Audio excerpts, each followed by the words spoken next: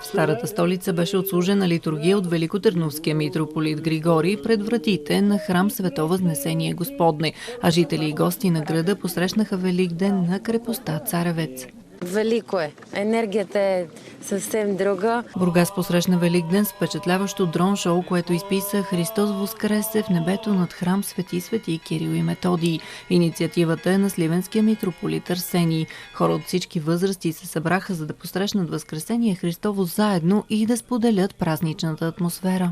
На първо място ще се помоля за здраве, за семейството, за всички и надявам се тези войни да спрат. В последно време света е станал толкова жесток и смятам, че трябва всички да вярват повече и да бъдат по-добри. Сливен посрещна Възкресение Христово с тържествена литургия в храм Света Петка. Стотици жители и гости на града се събраха в полунощ, за да приемат благодатния огън и да се поздравят за празника. В Стара Загора пасхалното богослужение беше отслужено от митрополит Киприан в катедралния храм Свети Николай.